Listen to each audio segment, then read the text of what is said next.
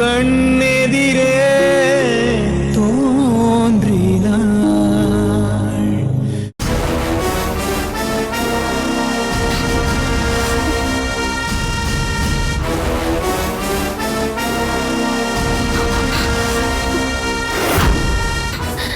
சக்தி, எப்ப வந்த? அப்பவே வந்துட்டியா? என்னம்மா பிரச்சனை? அது ஒண்ணு இல்ல சக்தி. இல்லம்மா, நீங்க ஏதோ மறைக்கிறீங்க.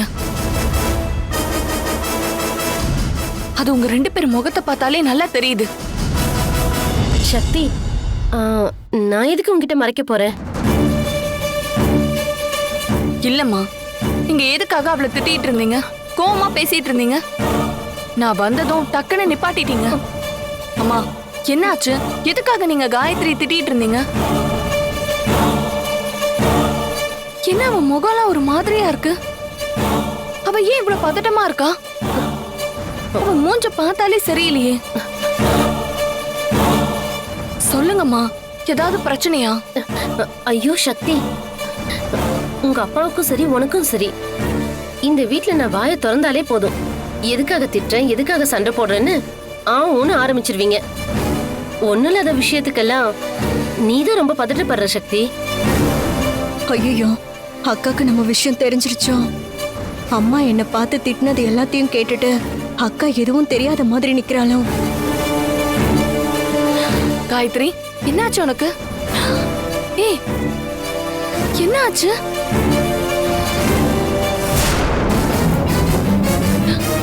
என்னாச்சு காயத்ரி? ஏன் உன் கையெல்லாம் இவ்வளவு ஜில்லுன்னு இருக்கு? என்னாச்சுமா?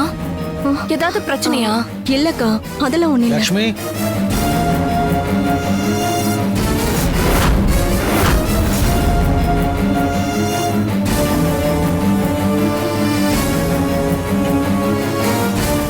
என்னாச்சு?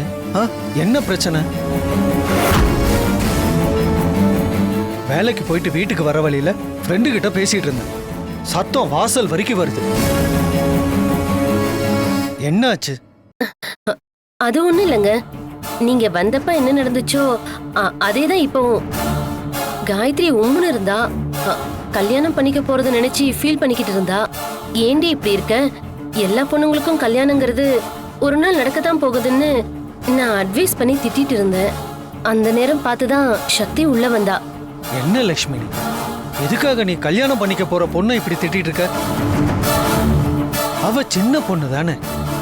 கல்யாண பேச்சை எடுத்தாலே எல்லார் வீட்லயும் பொம்பளை பிள்ளைங்க இப்படிதானே இருப்பாங்க.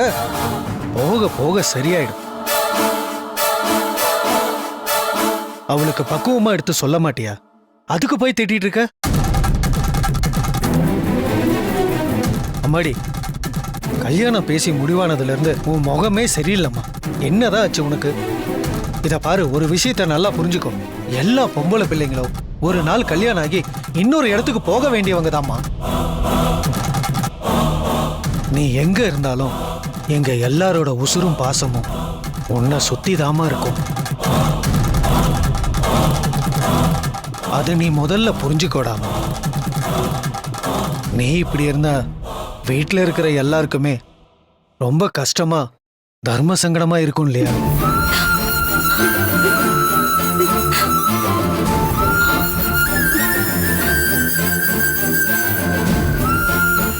காயத்ரி, என்னாச்சுமா? கண்ணு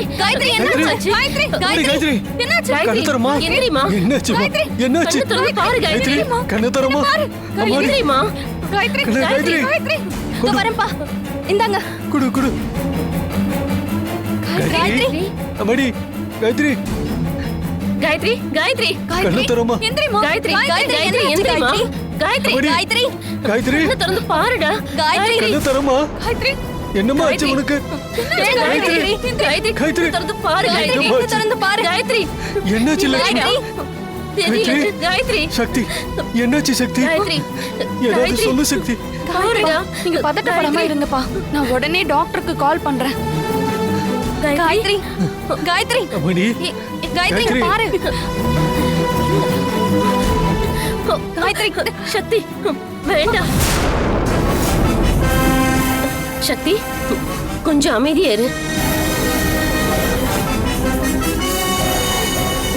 டாக்டருக்குலாம் ஃபோன் பண்ண வேண்டாம். என்னாச்சுமா உங்களுக்கு?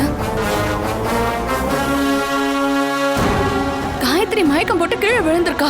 இந்த நேரத்துல டாக்டருக்கு ஃபோன் பண்றேன்னு சொன்னா நீங்க வேண்டான்னு போனை தூக்கி போடுறீங்க. என்னம்மா உங்களுக்கு பிரச்சனை?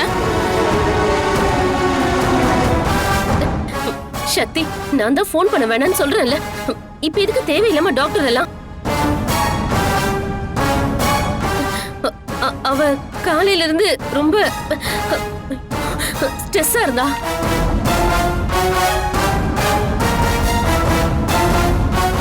பிபி ரைஸ் ஆயிருக்கும், அதான் மயங்கிருப்பான்னு நினைக்கிறேன். நீங்க எல்லாரும் தள்ளி போங்க. கொஞ்சம் காத்தோட்டமா இருந்தா அவளே எழுந்துச்சிருவா.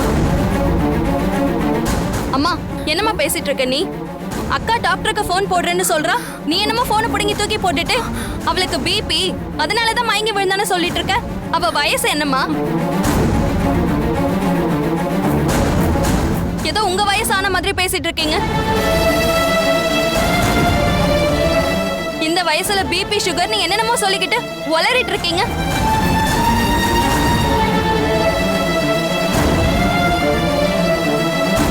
அக்கா, இவங்க ஏதோ புரியாம பேசிட்டு இருக்காங்க. பாவம், அவ டைம்க்கு சாப்பிடாம ஏதோ இப்படி ஆயிருக்கு. நீங்க முதல்ல டாக்டருக்கு கால் பண்ணுங்கக்கா. ஆமா சக்தி, எனக்கு என்னமோ கல்யாணி சொல்றதுதான் சரின்னு படுது. நீ போய் டாக்டருக்கு தகவல் சொல்லுமா. என்னங்க, நான் என்ன சொல்ல வரேன்னா? லக்ஷ்மி, நீ கொஞ்சம் அமைதியா இரு. சக்தி எது பண்ணாலும் கரெக்டா தான் பண்ணுவான். மடி சக்தி, நீ டாக்டருக்கு ஃபோன் பண்ணுமா. சீக்கிரம் பண்ணுமா. காயத்ரி, மடி. சக்தி, வேண்டாம். காயத்ரி. சக்தி, காயத்ரி கண்ண தர. காயத்ரி, ஐயோ போச்சு, எல்லாமே தெரிய போகுது. இந்த குடும்பத்தோட மானம் மரியாதை எல்லாம் போக போகுது. இந்த விஷயம் மட்டும் இவருக்கு தெரிஞ்சதுன்னா எப்படி தாங்க போறாருன்னே தெரியலையே. இனி அவ்வளவுதான், இந்த குடும்பத்தோட சந்தோஷம் நிம்மதி எல்லாமே போச்சு.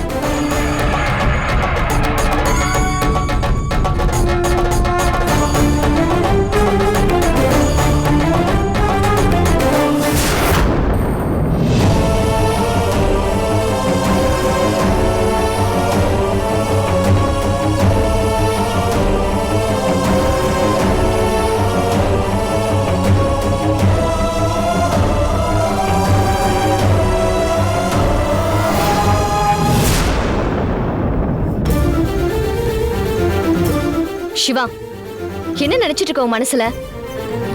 ஏ, என்னாச்சு அனிதா? சக்தி விஷயத்துல நீ ஏன் இவ்வளவு கேவலமா நடந்துக்கிற? எனக்கு ஒண்ணுமே புரியல. உனக்கு என்ன சக்தியா அவ்வளவு பிடிச்சிருக்கா? நீ என்ன அவ்வளவு உண்மையா லவ் பண்றியா? அனிதா, முதல்ல வாயை மூடு. என்ன பேசுறோம் தெரிஞ்சுதான் பேசுறியா? அப்போ உங்க ரெண்டு பேருக்குள்ள என்னதான் நடக்குது? நீயும் சக்தியும் எப்ப பார்த்தாலும் புருஷன் பொண்டாட்டி மாதிரி இருந்தா அப்போ நான் யாரு உனக்கு? உன் மனசுல என்ன எண்ணத்துல சிவா இருக்க? நான் உன் வாழ்க்கையில முதல்ல இருக்கனா இல்லையான்னு எனக்கு இப்பவே தெரிஞ்சாகணும் சிவா. என்கிட்ட தெளிவா இப்பவே சொல்லிடு. நீ அத சொல்லிட்டீனா நான் என்னோட வாழ்க்கையை பார்த்துட்டு போயிட்டே இருப்பேன்.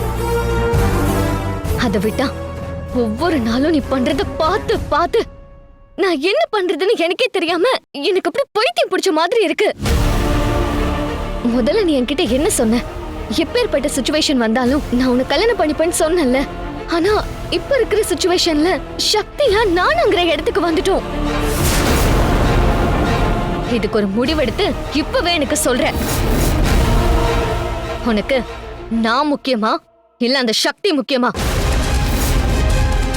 இல்ல உன்னோட லைஃப்ல நான் வேணுமா இல்ல அந்த சக்தி வேணுமா? உனக்கு ஒண்ணு தெரியுமா? இத்தனை வருஷமா நான் உன்னை மட்டும் தான் நினைச்சிட்டு இருக்கேன். அதையும் உனக்கு புரியவே மாட்டேங்குது. எந்த ஆம்பளைங்க மேலயும் நான் ஆசைப்பட்டதும் இல்ல. உனக்கும் எனக்கும் நடக்கிற அந்த கல்யாணத்தை நிறுத்தி நம்ம வாழ்க்கையை கெடுத்தவ அந்த சக்தி. அப்படி இருந்தும் நீ அந்த சக்தியை நினைச்சு சுத்திட்டு இருக்கேனா? எனக்கு ஏன் தான் தெரியல சிவா. அப்ப நான் மேல வச்சிருக்கிற ஃபீலிங்ஸ நீ உண்மையை ரியலைஸ் பண்ணவே இல்லையா? அப்போ நீ என்னை எந்த ஜென்மத்திலயும் புரிஞ்சுக்க போறது இல்லல்ல?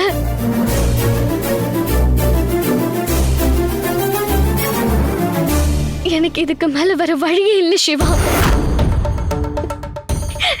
எனக்கு சாகிறது ஒண்ணு மட்டும்தான் இதுக்கான சொல்யூஷன். ஒவ்வொரு தடவையும் என்னை இப்படிதான் நீ வாழவும் விட மாட்டேங்கிற, சாகவும் விட மாட்டேங்கிற.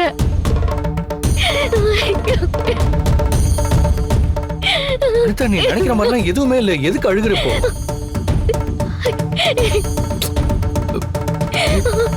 சிவா,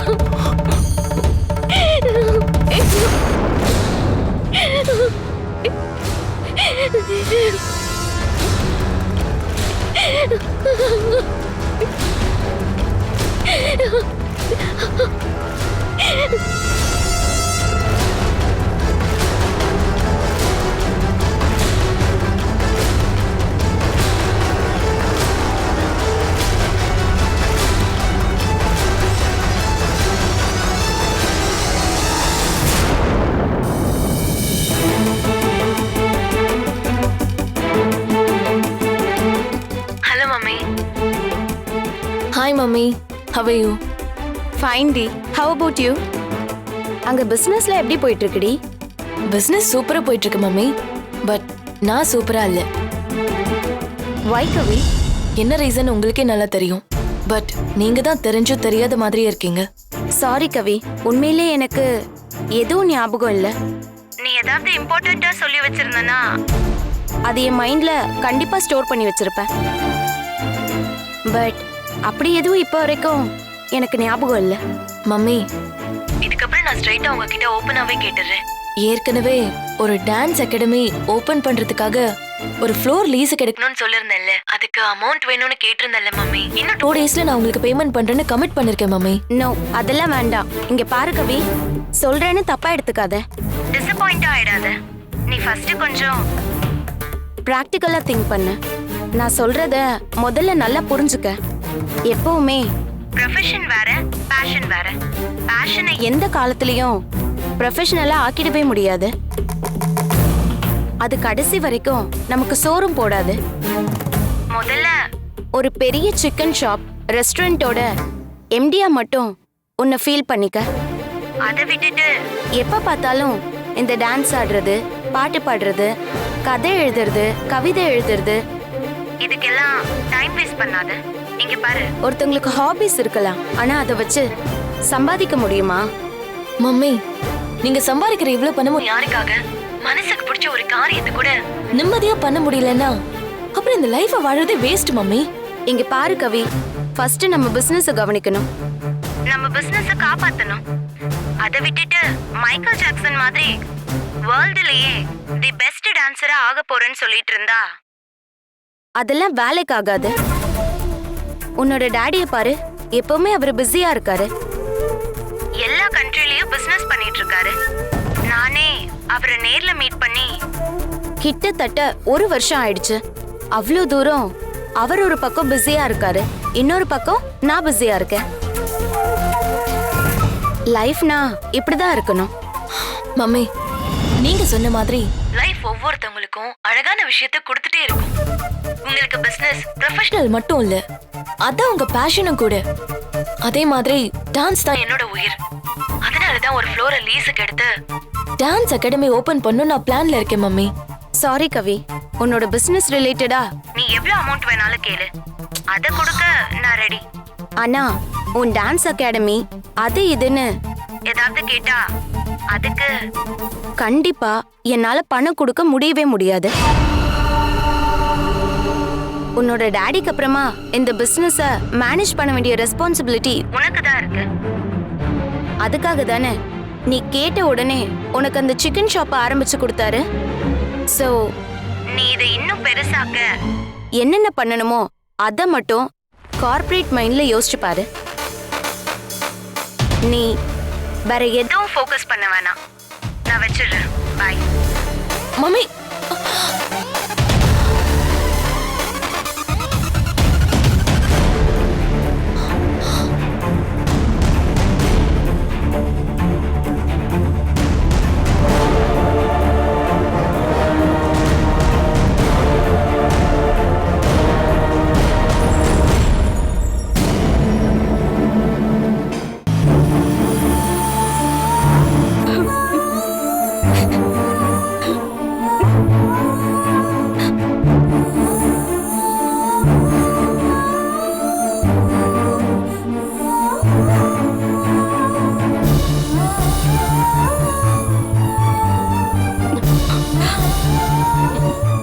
அம்மா எங்கம்மா போயிட்டு இருக்கோம்?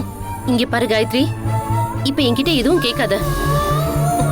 ஏதாவது பேசுன, இப்ப எனக்கு இருக்க கோவத்துல அப்படியே உன்னை கழுத்து நெரிச்சு கொலை பண்ணாலும் பண்ணிடுவேன். உன் மேல அவ்வளவு காண்டில் இருக்க. நீ இவ்வளவு பெரிய காரியம் பண்ணதுக்கு உன்னை எதுவுமே பண்ணாம இப்படி உட்கார்ந்து பேசிட்டு வரதே பெரிய விஷயம் காயத்ரி. இங்க பாருடி, நீ இப்ப இருக்க நிலைமை வெளியே தெரியக்கூடாதுன்னு என்னோட வயித்துல நெருப்ப கட்டிட்டு இருக்கிறது எனக்கு மட்டும் தாண்டி தெரியும். நீ பண்ண காரியத்தை நினைச்சு பார்த்தா உடம்பெல்லாம் கூசுது. நம்ம வீட்டு நிலைமை தெரிஞ்சோ நீ இப்படி பண்ணுவன்னு கொஞ்சம் கூட நினைச்சு பார்க்கல காயத்ரி.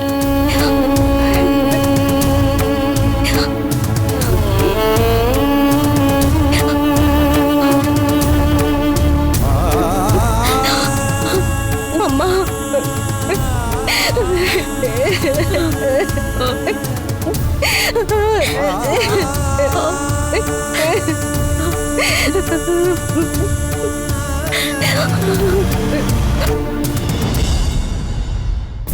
இங்க பாரு, எனக்கும் உன்னோட அப்பாவுக்கும் உங்களை விட்டவர் யாருடா இருக்கா? ஏற்கனவே உங்க அப்பா ரொம்ப நொடிஞ்சு போயிருக்காரு. அவர் தங்கச்சி கல்யாணத்துல பட்ட கடன்ல இருந்தும் உன்னோட மூத்த அக்காக்கு பட்ட கடன்ல இருந்தும் இன்னும் அந்த மனுஷனால மீண்டு வர முடியல. பத்தாததுக்கு உன்னோட அக்கா கரெக்டா நிச்சயதார்த்தம் முடிஞ்சு கல்யாணத்தப்ப எவனையோ கூட்டிட்டு ஓடி போயிட்டா. அந்த அவமானத்துல அவர் கூனி குறுகி போய் பிசினஸ் லாஸ் ஆகி வெளியே தலை காட்ட முடியாம இத்தனை நாளா உயிரில்லாத பொம்மை மாதிரி தானே அந்த மனுஷன் வீட்டுக்குள்ளேயே இருந்து நொந்து போயிருக்காரு. இப்பதான் ஏதோ அந்த மனுஷன் மூச்சுடுற மாதிரி வந்துட்டு இருக்காரு. ஆனா நீ பண்ண காரியம் மட்டும் அவருக்கு தெரிஞ்சதுன்னா அந்த மனுஷன் ஹார்ட் அட்டாக்லயே செத்துருவாருடி. எது நடந்தாலும் அவ்வளவு ஸ்ட்ராங்கா இருக்கிற என்னாலேயே நீ பண்ண காரியத்தை தாங்க முடியல.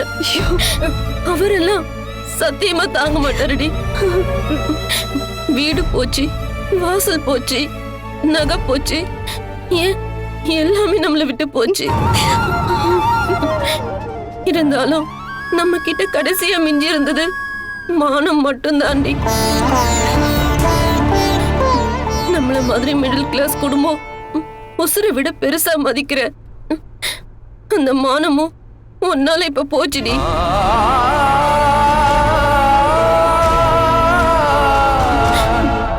போன நகை பணம் எல்லாத்தையும் என்னைக்கு வேணாலும் சம்பாரிச்சிடலாம். ஆனா ஆனா மானத்தை சம்பாதிக்க முடியாதுடி.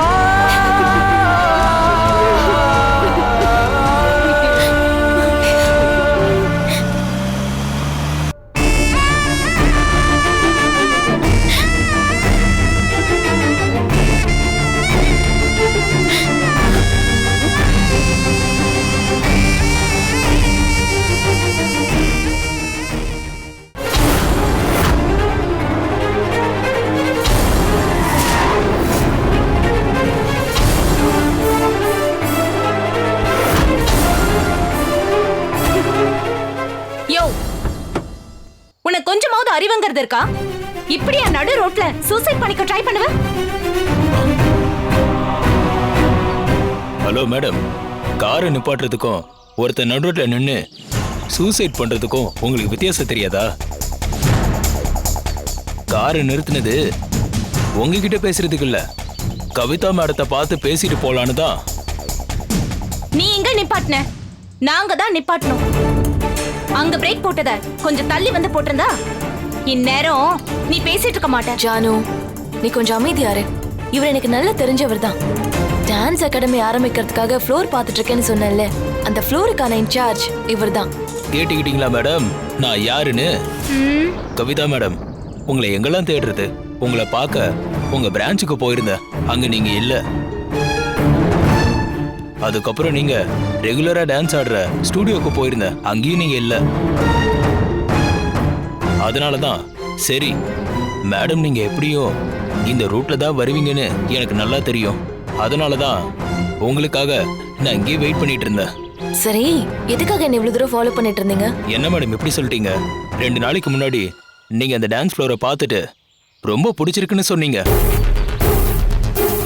ஒரு டான்ஸ் அகாடமி ஓபன் பண்ணா ரொம்ப நல்லா இருக்கும்னு அம்மா கிட்ட பேசிட்டு கன்ஃபார்ம் பண்றேன்னு நீங்க தான் சொன்னீங்க. ஏற்கனவே அந்த இடத்துக்கு நேத்து தான் வந்து ஒருத்தர் அட்வான்ஸ் கொடுத்துட்டு போயிருக்காரு.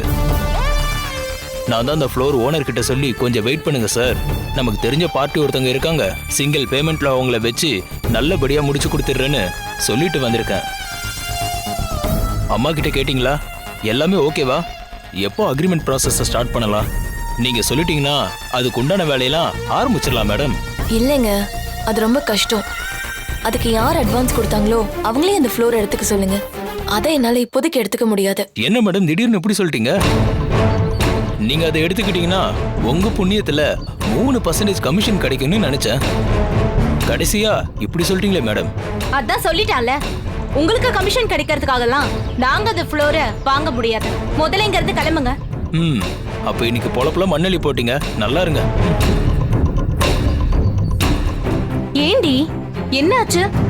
நீ எவ்வளவு ஆசையா இங்க ஒரு டான்ஸ் அகாடமி ஓபன் பண்ணணும்னு சொல்லிட்டு இருந்த, அப்புறம் ஏன் வேணான்னுட்ட?